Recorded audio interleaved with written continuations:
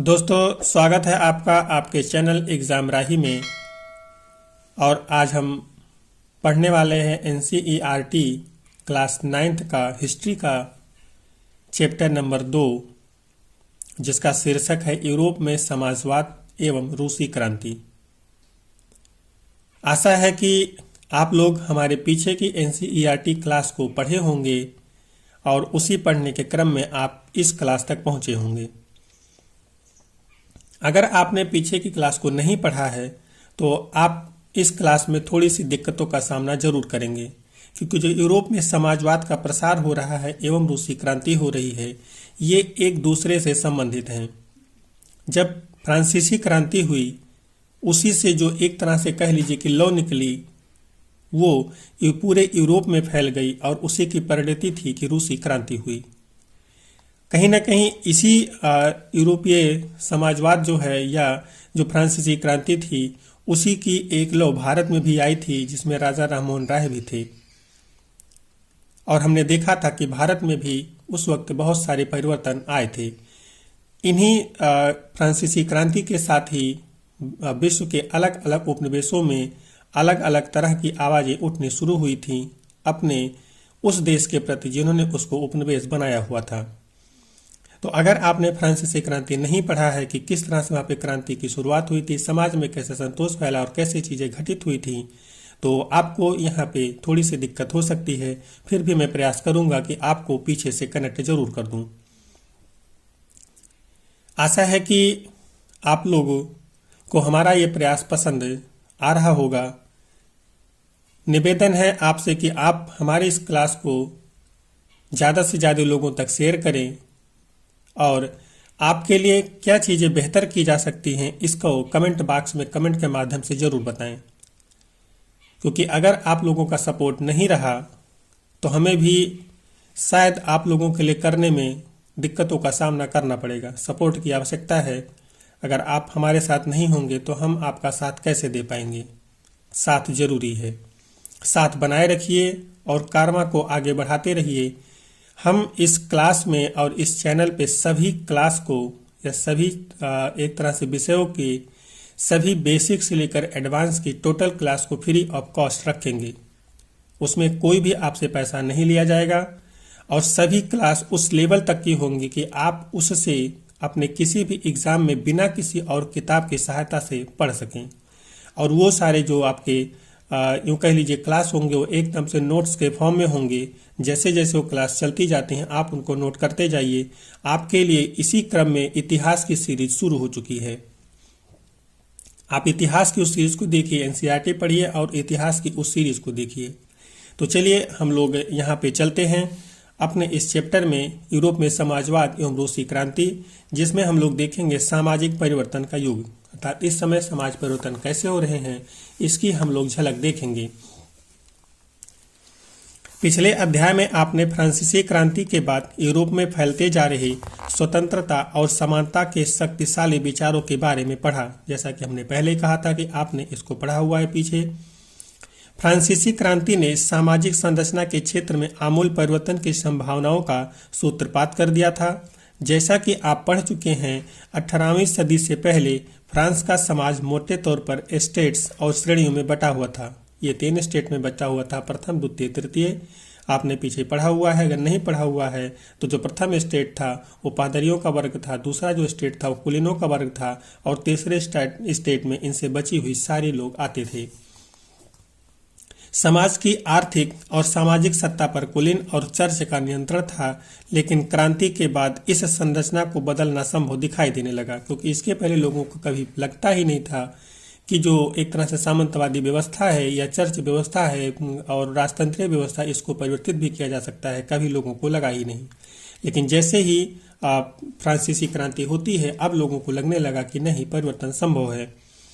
Europe और Asia सहित दुनिया के बहुत सारे हिस्सों में व्यक्तिगत अधिकारों के स्वरूप और सामाजिक सत्ता पर किसका नियंत्रण हो, इस पर चर्चा छिड़ गई। अर्थात अब लोग एक चर्चा करने लग गए हैं कि जो चीज़ें हैं उन पे अधिकार किस पे हो, किसका और किस तरह से होना चाहिए। भारत में भी राजा राममोहन राय और डेरोजियो ने फ्रांसीसी क्रांति के महत्व का उल्लेख किया और भी बहुत सारे लोग क्रांति पश्चात यूरोप की स्थितियों के बारे में चल रही बहस में कूद पड़े। आगे चलकर उपनिवेशों में घटी घटनाओं ने भी इन विचारों को एक नया स्वरूप प्रदान करने में योगदान दिया। अब यहाँ पे चूंकि बहुत सारी चीज़ें एक्सप्लेन करने के लिए नहीं है, पीछे हमने इसको बखूबी एक्सप्लेन किया हुआ है, तो इसलिए यहाँ पे इनको एक्सप्लेन करने में दिक्कत ये होगी कि आपको आपका समय ज़्यादा देना पड़ेगा और समय कीमती है, इसलिए इसको दोबारा रिपीट ना करके आपसे आग्रह है कि आप लोग पीछे के क्लास को ज़रूर देखें। तो यहाँ पे जो भी अभी आपने पैराग्राफ में पढ़ा, ये चीज़ें आपको पूरी तरह से समझ में आ जाएंगी। मगर यूरोप में भी सभी लोग आमूल समाज परिवर्तन के पक्ष में नहीं थे। ये लाइन आप लोग ध्यान रखिए, क्योंकि किसी भी समाज में हर व्यक्ति परिवर्तन का वाहक नहीं बनना चाहता, या यूं कह लीजिए कि समाज का प्रत्येक वर्ग कभी भी परिवर्तन नहीं चाहता।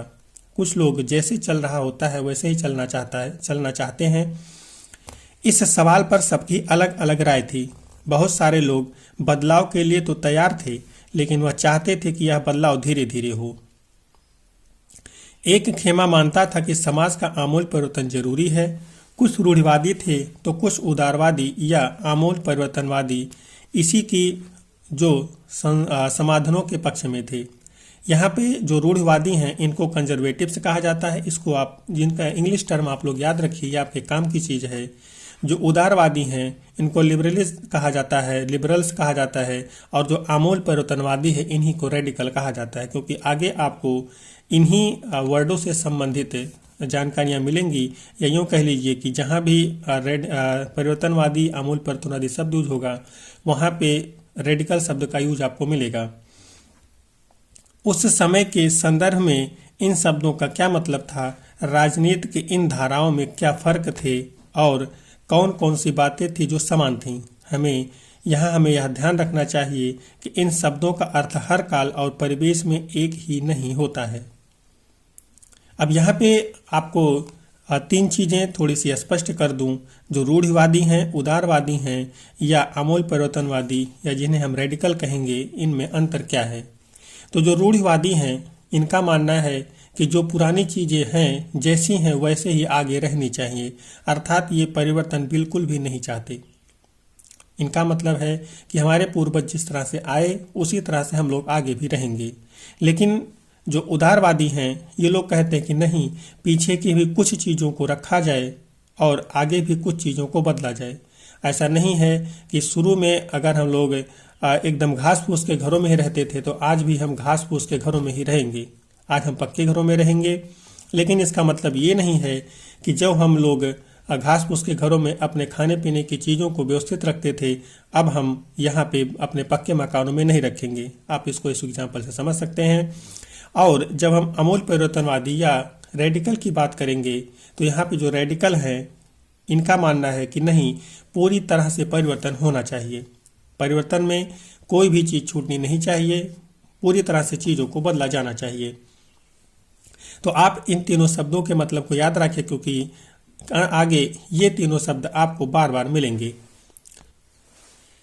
इस अध्याय में हम 19वीं शताब्दी की कुछ महत्वपूर्ण राजनीतिक परंपराओं का अध्ययन करेंगे और देखेंगे कि उन्होंने परिवर्तन के संदर्भ में क्या असर डाला। इसके बाद हम एक ऐसी ऐतिहासिक घटना पर अपना ध्यान केंद्रित करेंगे जिसमें समाज के रेडिकल पुनर्गठन का एक गंभीर प्रयास किया गया। रूस में हुई क्रांति के फलस्वरूप समाजवाद 20वीं सदी का स्वरूप तय करने वाले सबसे महत्वपूर्ण और शक्तिशाली विचारों की श्रृंखला का हिस्सा बन गया। अब आगे हम लोग देखेंगे जो रूसी क्रांति होती है वो किस तरह से जो समाज है उसको परिवर्तित करने का कार्य करेगा और कैसे इस समाज ने भी फ्रांसीसी क्रांति से सीख करके अपने अंदर बदलाव का प्रयास किया था।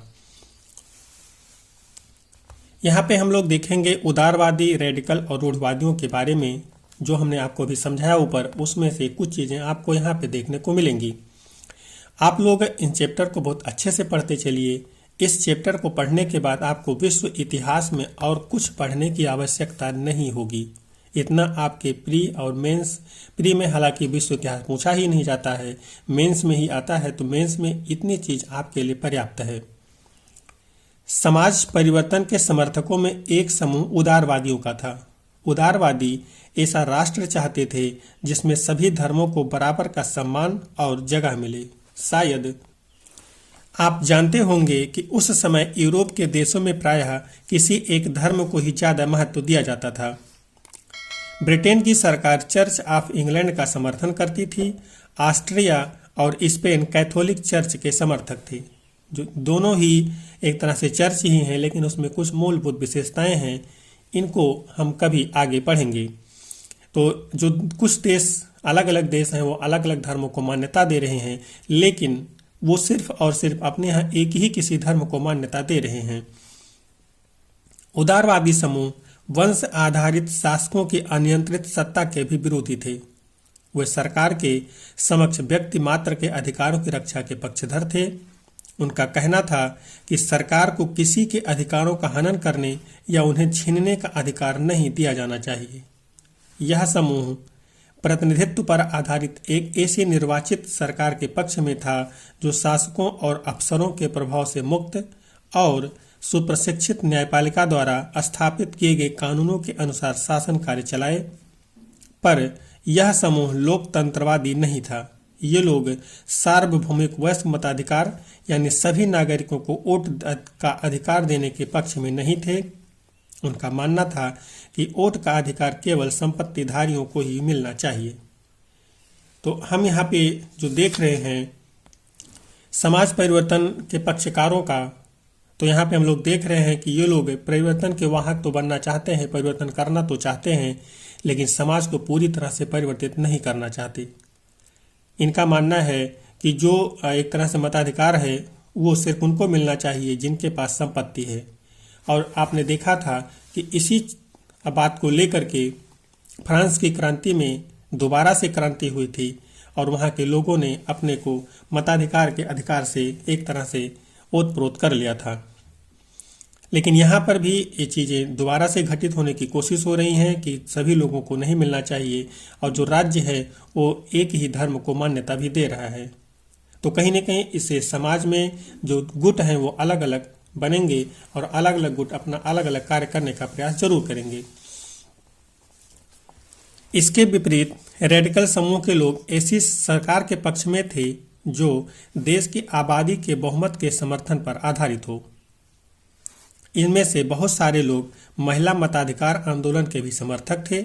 उदारवादियों के विपरीत ये लोग बड़े जमींदारों और संपन्न उद्योगपतियों को प्राप्त किसी भी तरह के विशेषाधिकारों के खिलाफ थे। वे निजी संपत्ति के विरोधी नहीं थे, लेकिन केवल कुछ लोगों के पास संपत्ति के संकेंद्रण का विरोध जरूर कर रहे थे।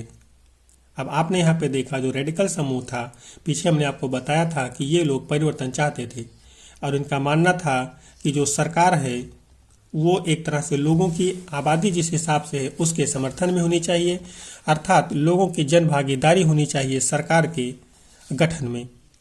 और जो संपत्ति एक तरह से है, जो आपने अभी ऊपर देखा कि जिनके पास संपत्ति है उनको मताधिकार मिले, तो ये लोग जो है संपत्ति का विरोध तो नहीं करते थे, लेकिन ये जरूर मानते थे कि जो संपत्ति है कुछ खास लोगों के पास नहीं होना चाहिए, वो लोगों में थोड़ी सी वितरित होनी चाहिए, या एक ही उसका केंद्र नहीं होना चाहिए कि जो चीजें हैं वो एक ही जगह होंगी।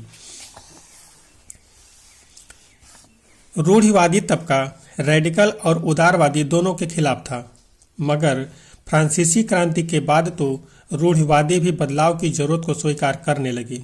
पुराने समय में यानी 18वीं शताब्दी में रूढ़िवादी आमतौर पर परिवर्तन के विचारों का विरोध करते थे, लेकिन 19वीं सदी तक आते आते वे भी मानने लगे थे कि कुछ परिवर्तन आवश्यक हो गया है, परंतु वह चाहते थे कि अतीत का सम्मान किया जाए, अर्थात अतीत को पूरी तरह ठुकराया ना जाए और बदलाव की प्रक्रिया धीमी हो। जैसा कि हमने आपको पीछे भी इसको समझाया था, एक्सप्लेन किया था कि ये जो हैं जो रेडिकल हैं और जो उदारवादी हैं इनके खिलाफ हैं, और कहीं ना कहीं जब तक फ्रांसीसी क्रांति नहीं हुई थी तब तक ये लोग बिल्कुल ये मानते थे और इनका मानना था कि समाज में परिवर्तन आवश्यक नहीं है और ना ही परिवर्तन हो सकता है। लेकिन फ्रांसीसी क्रांति के बाद इन लोगों में भी थोड़ा सा जो सुर था वो बदलाव आया और इनका भी मानना हो गया जो परिवर्तन है वह आवश्यक है, लेकिन जो अतीत है वो भी रहना चाहिए, उसको भी हमें भुलाना नहीं चाहिए। या कहीं ना कहीं ये कह लीजिए कि अतीत के कुछ चीज़ों को ये अपना समर्थन दे रहे हैं और भविष्य को ध्यान में रखते हुए कुछ चीज़ों को बदलने का प्रयास कर रहे हैं। जिसमें आप यूँ कह लीजिए कि अगर राज सत्ता है, राजतंत्र है, तो उसको खत्म करने की बात करते हैं, लेकिन राजाओं को खत्म करने की बात नहीं करते। उनसे अधिकार तो छीन लिए जाएं, अधिकार जनता को दे दिए जाएं, लेकिन जो राजा हैं उनकी शान और शौकत बरकरार रहे। कुछ इस तरह से इन लोगों का मानना था। फ्रांसीसी क्रांति के बाद पैदा हुई राजनीतिक उथल पुथल के दौरान सामाजिक परिवर्तन पर केंद्रित इन विविध विचारों के बीच काफी टकराव हुए। 19वीं सदी में क्रांति और राष्ट्रीय कायंत्रण की विभिन्न कोशिशों ने इन सभी राजनीतिक धाराओं की सीमाओं और संभावनाओं को स्पष्ट कर दिया है।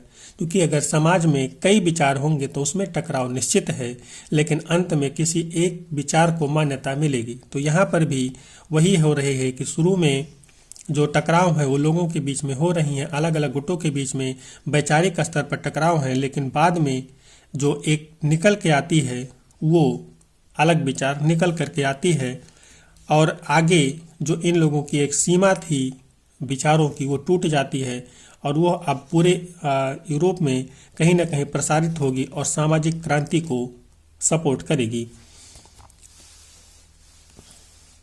आगे हम लोग चलते हैं तो औद्योगिक समाज और सामाजिक परिवर्तन के बारे में बात करेंगे। तो यहाँ पे हम देखते हैं कि ये राजनीतिक रुझान एक नए युग का द्योतक हैं। अर्थात जब समाज में उद्योग का विकास होगा तो कहीं न कहीं एक नए युग का सूत्रपात तय है। इस दौरान गहन सामाजिक एवं आर्थिक बदलावों का था। अर्थात यह दौर जो था वो गहन सामाजिक एवं आर्थिक बदलावों का था। यह ऐसा समय था जब नए शहर बस रहे थे, नए नए औद्योगिक क्षेत्र विकसित हो रहे थे, रेलवे का काफी विस्तार हो चुका था और औद्योगिक क्रांति संपन्न हो चुकी थी। जिस वक्त की हम बात कर रहे हैं, इस समय उद्योग जो थे, आपने देखा था कि जो ब्रिटेन था उसमें जो औद्योगिकरण हुआ था वो भारत के सामानों को लेकर के बहुत ज़्यादा हुआ था। भारत से सामानों को ले जा करके उन्होंने अपने औद्योगिकरण किया और भारत को पूरी तरह से नेस्तनाबूद कर दिया उस समय। तो ऐसे ही हम लोग देख रहे हैं कि जो ये दौर चल रहा है, इस समय जो समाज है वहाँ पे तमाम तरह के बदलाव हो रहे हैं। रेलवे का विकास हो रहा है और इसी वक्त जो औद्योगिक क्रांति है वो लगभग समाप्ति की ओर है, अर्थात वो अपने चरम पे पहुंच चुकी है। औद्योगिकरण ने औरतों, आदमियों और बच्चों सबको कारखानों में ला दिया। काम के घंटे यानी पाली बहुत लंबी होती थी और मजदूरी बहुत कम थी। बेरोजगारी आम समस्या थी। औद्योगिक वस्तुओं की मांग में गिरावट आ रही थी और बेरोजगारी बढ़ती जाती थी। अर्थात बेरोजगारी बढ़ती जा रही थी। जो औद्योगिक वस्तुओं की मांग थी अब वो कम हो रही थी, लेकिन बेरोजगारी बढ़ रही थी, क्योंकि जो औद्योगिकरण है वो पूरी तरह से हो चुका है, तमाम सारे उद्योग हो चुके हैं। तो कहीं ना कहीं उसमें जो डिमांड है वो कम होगी, क्योंकि बहुत सारे लोग अब उसी चीज़ को कर रहे हैं। जो उत्पादन ज़्यादा होगा तो उसका जो एक तरह से कंजम्पशन है वो कम हो जाएगा। शहर तेजी से बसते और फैलते जा रहे थे, इसलिए आवास और साफ सफाई का काम भी मुश्किल होता जा रहा था। उदारवादी और रेडिकल दोनों ही इन समस्याओं का हल खोजने की कोशिश कर रहे थे। जो भी समस्याएं औद्योगिकरण के बाद आ रही हैं उनको जो उदारवादी हैं और रेडिकल हैं ये खोजने का प्रयास कर रहे हैं। लगभग सभी उद्योग व्यक्तिगत स्वामित्व में थे। जो उद्योग हैं उनमें एक व्यक्ति का अधिकार है। कहने का मतलब ये है बहुत सारे रेडिकल और उदारवादियों के पास भी काफ़ी संपत्ति थी और उनके यहाँ बहुत सारे लोग नौकरी करते थे। उन्होंने व्यापार या औद्योगिक व्यवसायों के जरिए धन दौलत इकट्ठा की थी, इसलिए वह चाहते थे कि इस तरह के प्रयासों को ज़्यादा से ज़्यादा बढ़ावा दिया जाए। उन्हें लगता था कि अगर मजदूर स्वस्थ हों और नागरिक पढ़े लिखे हों तो इस व्यवस्था का भरपूर लाभ लिया जा सकता है। ये लोग जन्मजात मिलने वाले विशेषाधिकारों के विरुद्ध थे। व्यक्तिगत प्रयास, श्रम और उद्यमशीलता में उनका गहन विश्वास था। उनकी मान्यता थी कि यदि हरेक को व्यक्तिगत स्वतंत्रता दी जाए, गरीबों को रोजगार मिले और जिनके पास पूंजी है उन्हें बिना रोक टोक काम करने का मौका दिया जाए तो समाज तरक्की कर सकता है। इसी कारण 19वीं सदी के शुरुआती दशकों में समाज परिवर्तन के इच्छुक बहुत सारे कामकाजी स्त्री पुरुष उदारवादी और रेडिकल समूहों व पार्टियों के इर्द गिर्द गोलबंद हो गए। तो यहाँ पे आपने देखा जो रेडिकल हैं और जो उदारवादी हैं उनके पास भी बहुत सारी संपत्ति है, लेकिन ये लोग जो कि उदारवादी हैं, रेडिकल हैं, ये परिवर्तन चाहते हैं। तो इन लोगों का जो मानना है वो ये है कि सभी व्यक्तियों को समान अवसर मिलना चाहिए। जो मजदूर हैं उनको स्वस्थ होना चाहिए, पढ़ा लिखा होना चाहिए।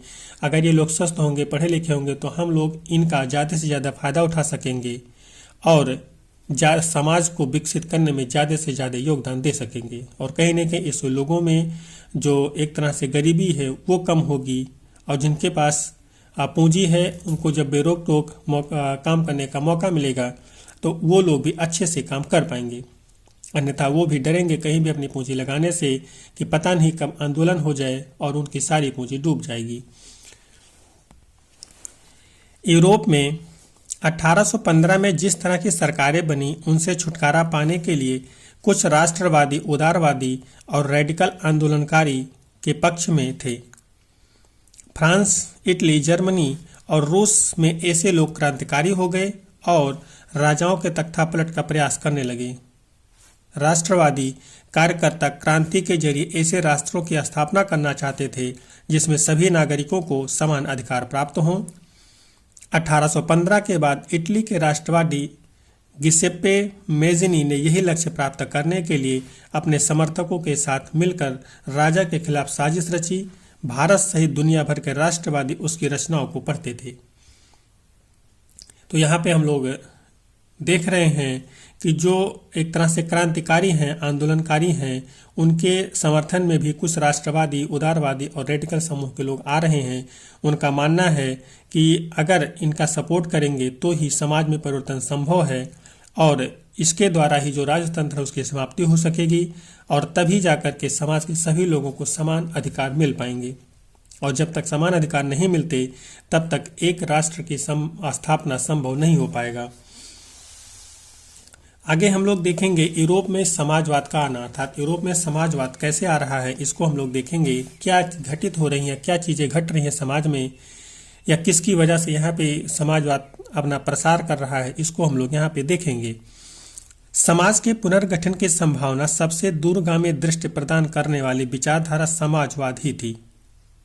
19वीं सदी के मध्य तक यूरोप में समाजवाद एक जाना पहचाना विचार था। उसकी तरफ बहुत सारे लोगों का ध्यान आकर्षित हो रहा था। अर्थात जो समाजवाद है इसमें सभी लोगों को एक समान दृष्टि से माना जाता है, समान दृष्टि से देखा जाता है, सभी के समान अधिकार माने जाते हैं। तो जो यूरोप में समाजवाद का प्रसार हो रहा है यह लोगों के बीच एक तरह से यूरोप में इन लोगों ने इस प्रयासों को देख लिया है।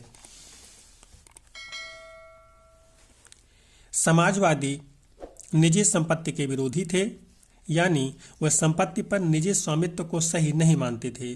उनका कहना था कि संपत्ति के निजी स्वामित्व की व्यवस्था ही सारी समस्याओं की जड़ है। वह ऐसा क्यों मानते थे? उनका तर्क था कि बहुत सारे लोगों के पास संपत्ति है, संपत्ति तो है जिससे दूसरों को रोजगार भी मिलता है, लेकिन समस्या यह है कि संपत्तिधारी व्यक्ति को सिर्फ अपने फायदे से ही मतलब रहता है। वह उनके बारे में नहीं सोचता जो उसकी संपत्ति को उत्पादनशील बनाते हैं। इसलिए अगर संपत्ति पर किसी एक व्यक्ति के बजाय पूरे समाज का नियंत्रण हो तो साझा सामाजिक हितों पर ज़्यादा अच्छी तरह से ध्यान दिया जा सकता है। समाजवादी इस तरह का बदलाव चाहते थे और इसके लिए उन्होंने बड़े पैमाने पर अभियान चलाया। अब यहाँ पे देखिए, जो समाजवादी हैं वो संपत्ति, जो निजी संपत्ति है उसके विरोधी भी नहीं है और विरोधी भी हैं। उनका मानना है कि अगर जो निजी संपत्ति है जिन लोगों के पास में है वो लोग समाज में परिवर्तन तो चाहते हैं, लेकिन कहीं न कहीं वो अपने उसी संपत्ति के बल पर ही लोगों का शोषण भी करते हैं, क्योंकि वो जहाँ भी अपनी संपत्ति को लगाते हैं पूंजी के तौर पर, वहाँ पे उनका जो ध्यान होता है वो सिर्फ और सिर्फ उनके एक तरह से उत्पादनशीलता पर होता है या उनके अपने उसी संपत्ति को और बढ़ाने पर होता है। तो अगर इन संपत्ति पर पूरे समाज का नियंत्रण कर दिया जाए, सभी लोगों के समान कर दिया जाए, तो कहीं ना कहीं इससे समाज के अंदर बहुत से परिवर्तन एक साथ हो जाएंगे और लोगों में जो एक तरह से भेदभाव है वो कम हो जाएगा और लोगों को समान अवसर मिल सकेंगे। कोई समाज संपत्ति के बिना कैसे चल सकता है? समाजवादी समाज का आधार क्या होगा? अर्थात संपत्ति ही नहीं होगी तो समाज का विकास कैसे होगा? इसको एक तरह से क्वेश्चन मार्क में दिया गया। हम लोग देखेंगे आगे कि इस चीज़ों में कैसे चीज़ें बदलती हैं। समाजवादियों के पास भविष्य की एक बिल्कुल भिन्न दृष्टि थी। कुछ समाजवादियों को कोऑपरेटिव यानी सामूहिक उद्यम के विचार में दिलचस्पी थी। इंग्लैंड के जाने माने उद्योगपति रॉबर्ट ओवेन ने इंडियाना में नया समन्वय के नाम से एक नए तरह के समुदाय की रचना का प्रयास किया। कुछ समाजवादी मानते थे कि केवल व्यक्तिगत पहलकदमी से बहुत सारे सामूहिक खेत नहीं बनाए जा सकते। वह चाहते थे कि सरकार अपनी तरफ से सामूहिक खेती को बढ़ावा दे। उदाहरण के लिए फ्रांस में लुई ब्लांक चाहते थे कि सरकार पूंजीवादी उद्योगों की जगह सामूहिक उद्योगों को बढ़ावा दे। कोऑपरेटिव ऐसे लोगों के समूह थे जो मिलकर चीजें बनाते थे और मुनाफे को प्रत्येक सदस्य द्वारा किए गए काम के हिसाब से आपस में बांट लेते थे। अब यहाँ पे आप देख रहे हैं कि जो समाजवाद था कि कैसे वो चाहता था समाज का निर्माण हो, तो उसका मतलब था कि समाज में जो चीजें हैं वो सभी लोगों में बराबर होनी चाहिए। इसमें एक तरह से जो एग्जाम्पल है वो दिया जाता है कोऑपरेटिव्स का। आप कोऑपरेटिव्स के बारे में अगर कभी सुने हो तो यहाँ का जो सिस्टम होता है इसमें बहुत सारे लोग एक साथ काम करते हैं। कई लोगों का यह समूह होता है, लेकिन इसकी एक खास बात होती है कि इसमें जो भी मुनाफा आता है इस कोऑपरेटिव्स को या इस समूह को, ये सभी मुनाफे सभी लोगों को उनके हिसाब से या उनके किए गए कार्यों के हिसाब से बांट दिया जाता है। ऐसा नहीं है कि जो मुनाफा है वो कोई एक व्यक्ति रखता है, अर्थात तो मालिक रख ले जिसने इस कोऑपरेटिव को खड़ा करने में अपना समय और पैसा खर्चा किया हो, सिर्फ वो रख ले, ऐसा नहीं होता है। तो इसी तरह का जो विचार हो समाजवादियों का है कि इस तरह से समाज होना चाहिए। और साथ ही जो बड़े बड़े खेत हैं कि सामूहिक तौर पे करने के लिए उसमें सिर्फ व्यक्तिगत प्रयास नहीं, सरकार के प्रयास से ऐसे खेतों को बढ़ावा दिया जा सकता है जिससे चूंकि जब जोत छोटी होगी तो वहाँ पे जो उत्पादन है वो भी कम होगा, लेकिन बड़ी जोत होगी तो वहाँ पे उत्पादन भी ज़्यादा होगा। इस स्तर पे भी उन्होंने अपने आप को रखने का प्रयास किया कि इसमें सरकार अपनी तरफ से बढ़ावा दे, साथ ही कई लोगों को एक साथ मिला करके अगर खेती की जाएगी तो उसका जो उत्पादन है वो कहीं ना कहीं अत्यधिक होगा। तो इस तरह से जो समाजवाद का है वो विचार है। आगे हम लोग देखते हैं कुछ विचारक जो हैं वो इस बारे में क्या विचार रखते हैं। कार्ल मार्क्स और फ्रेडरिक एंगेल्स ने इस दिशा में कई नए तर्क पेश किए। मार्क्स का मानना था कि औद्योगिक समाज पूंजीवाद समाज है। फैक्ट्रियों में लगी पूंजी पर पूंजीपतियों का स्वामित्व है और पूंजीपतियों का मुनाफा मजदूरों की मेहनत से पैदा होता है। मार्क्स का निष्कर्ष था कि जब तक निजी पूंजीपति इसी तरह मुनाफे का संचय करते जाएंगे तब तक मजदूरों की स्थिति में सुधार नहीं हो सकता। अपनी स्थिति में सुधार लाने के लिए मजदूरों को पूंजीवाद व निजी संपत्ति पर आधारित शासन को उखाड़ फेंकना होगा। मार्क्स का विश्वास था कि खुद को पूंजीवादी शोषण से मुक्त कराने के लिए मजदूरों को एक अत्यंत भिन्न किस्म का समाज बनाना होगा जिसमें सारी संपत्ति पर पूरे समाज का यानी सामाजिक नियंत्रण और स्वामित्व रहेगा। उन्होंने भविष्य के इस समाज को साम्यवादी या कम्युनिस्ट समाज का नाम दिया। मार्क्स को विश्वास था कि पूंजीपतियों के साथ होने वाले संघर्ष में जीत अंततः मजदूरों की ही होगी।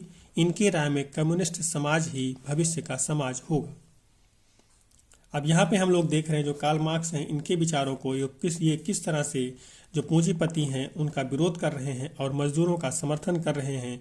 साथ ही वो मजदूरों को एक तरह से इकट्ठे होने की बात कर रहे हैं जिससे जो पूंजीवादी और निजी संपत्ति पर आधारित शासन है उसको एक तरह से खत्म किया जा सके। क्योंकि अगर ये लोग इकट्ठे हो जाएं तो ये दो चीज़ें कर सकते हैं, एक तो इनके खिलाफ आंदोलित हो सकते हैं और दूसरा ये हो सकता है कि हम आपके लिए काम ही नहीं करेंगे। तो अगर हम आपके लिए काम ही नहीं करेंगे तो आपका काम होगा कैसे?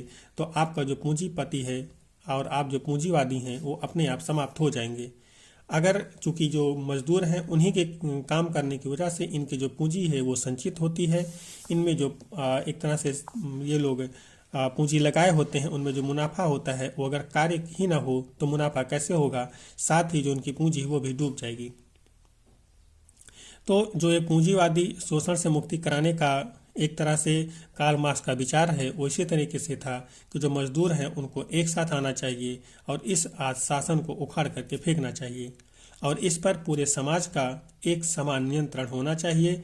और इस पे जो कार्ल मार्क्स हैं उनका अपना विश्वास है कि कहीं ना कहीं जो ये कम्युनिस्ट समाज का निर्माण होगा जिसमें सभी लोग एक समान होंगे, यही आगे इस एक तरह से देश का या इस समाज का भविष्य है और यहीं पर ही कम्युनिस्ट का जो भविष्य है वो तय होगा। अगर कम्युनिस्ट अभी मतलब जो आगे चलकर कम्युनिस्ट होने वाले हैं, अगर अभी ऐसे विचारों के साथ जुड़ करके अपने संघर्ष को आगे नहीं बढ़ाते हैं तो कम्युनिस्ट समाज की स्थापना नहीं हो पाएगी। लेकिन अगर वो ऐसा कर ले जाते हैं तो आगे कम्युनिस्ट समाज की स्थापना संभव हो पाएगी। समाजवाद के लिए समर्थन। 1870 का दशक आते आते समाजवादी विचार पूरे यूरोप में फैल चुके थे। अपने प्रयासों में समन्वय लाने के लिए समाजवादियों ने द्वितीय इंटरनेशनल के नाम से एक अंतर्राष्ट्रीय संस्था भी बना ली थी। जो समाजवादी हैं, जो समाज के सभी वर्गों को एक साथ लाने की कोशिश कर रहे हैं, एक समान बनाने की कोशिश कर रहे हैं, इन्होंने द्वितीय इंटरनेशनल नाम से एक अंतर्राष्ट्रीय संस्था की स्थापना कर ली। इंग्लैंड और जर्मनी के मजदूरों ने अपनी जीवन और कार्य स्थितियों में सुधार लाने के लिए संगठन बनाना शुरू कर दिया था। संकट के समय अपने सदस्यों को मदद पहुंचाने के लिए इन संगठनों ने कोष स्थापित किए और काम के घंटों में कमी तथा मताधिकार के लिए आवाज उठाना शुरू कर दिया। जर्मनी में सोशल डेमोक्रेटिक पार्टी के साथ इन संगठनों के काफी गहरे रिश्ते थे और संसदीय चुनाव में वे पार्टी की मदद भी करते थे। 1905 तक ब्रिटेन के समाजवादियों और ट्रेड यूनियन आंदोलनकारियों ने लेबर पार्टी के नाम से अपनी एक अलग पार्टी बना ली थी। फ्रांस में भी सोशलिस्ट पार्टी के नाम से ऐसी ही एक पार्टी का गठन किया गया, लेकिन 1914 तक यूरोप में समाजवादी कहीं भी सरकार बनाने में कामयाब नहीं हो पाए। संसदीय राजनीति में उनके प्रतिनिधि बड़ी संख्या में जीतते रहे।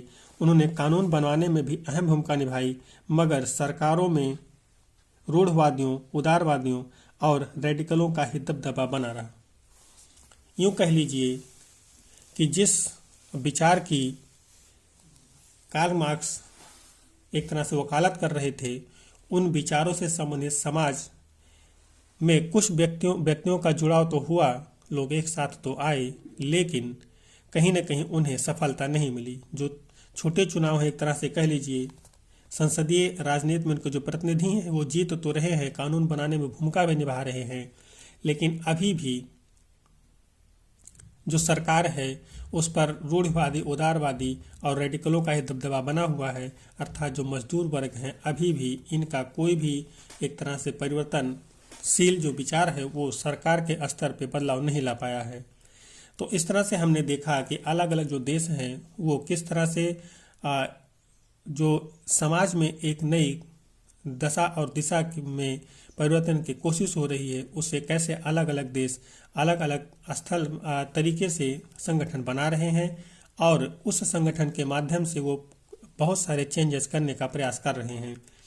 लेकिन अभी भी एक तरह से कह लीजिए कि अंततः अभी भी जो चौथा वर्ग कम्युनिस्टों का होने वाला था उसका अभी भी सरकार के स्तर पे कोई भी हस्तक्षेप नहीं है, या यूँ कह लीजिए कि उनका अभी भी वहाँ पे नहीं चलता। वहाँ पे अभी भी उदारवादी, रेडिकल या रूढ़वादियों का ही चलता है।